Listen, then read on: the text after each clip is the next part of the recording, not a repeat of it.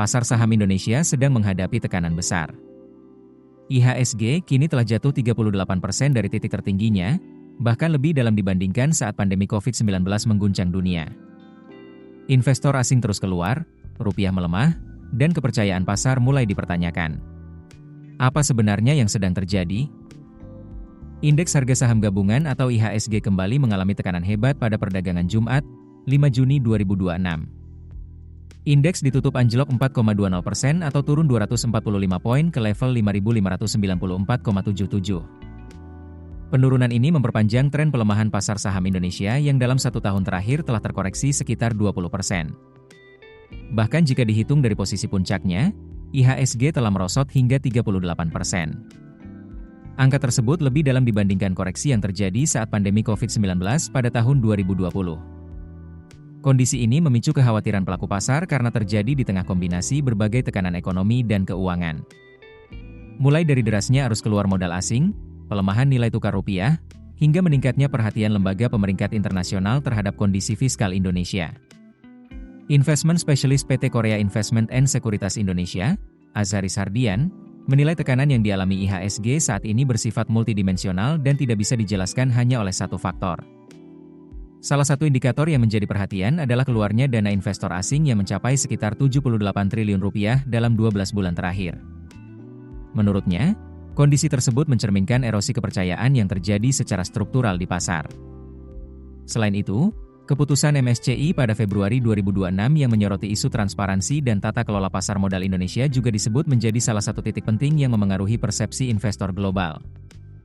Di saat yang sama, lembaga pemeringkat internasional seperti Moody, Fitch, dan Standard Poor's juga disebut tengah mencermati kondisi fiskal Indonesia. Tekanan eksternal turut memperberat situasi. Eskalasi konflik antara Amerika Serikat dan Iran mendorong kenaikan harga minyak dunia yang berpotensi meningkatkan tekanan terhadap pengeluaran fiskal dan biaya produksi.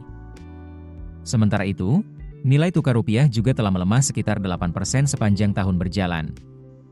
Menurut Azharis, perbedaan terbesar antara kondisi saat ini dan masa pandemi COVID-19 terletak pada kejelasan solusi. Pada 2020, pasar mengetahui bahwa pandemi merupakan guncangan sementara dan memiliki arah pemulihan yang jelas setelah hadirnya vaksin dan pelonggaran pembatasan aktivitas. Sebaliknya, kondisi saat ini dinilai lebih kompleks karena dipengaruhi berbagai persoalan yang bersifat struktural.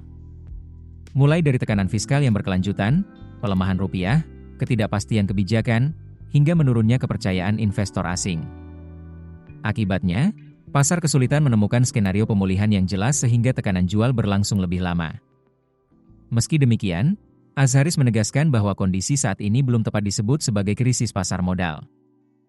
Namun, koreksi yang sangat dalam harus dibaca sebagai sinyal serius yang disampaikan pasar kepada pemerintah dan para pemangku kebijakan. Menurutnya, yang paling dibutuhkan saat ini adalah kepastian kebijakan, sinyal yang jelas mengenai pengelolaan fiskal, serta langkah konkret untuk merespons pelemahan rupiah dan derasnya arus keluar modal asing. Karena pada akhirnya, kepercayaan investor menjadi faktor kunci dalam memulihkan pasar saham Indonesia. Apakah penurunan tajam IHSG saat ini hanya koreksi sementara atau sinyal masalah yang lebih besar bagi ekonomi Indonesia? Keputusan bisnis terbaik datang dari data, bukan tebakan. Mudah berlangganan Business Insight dengan subscribe with Google.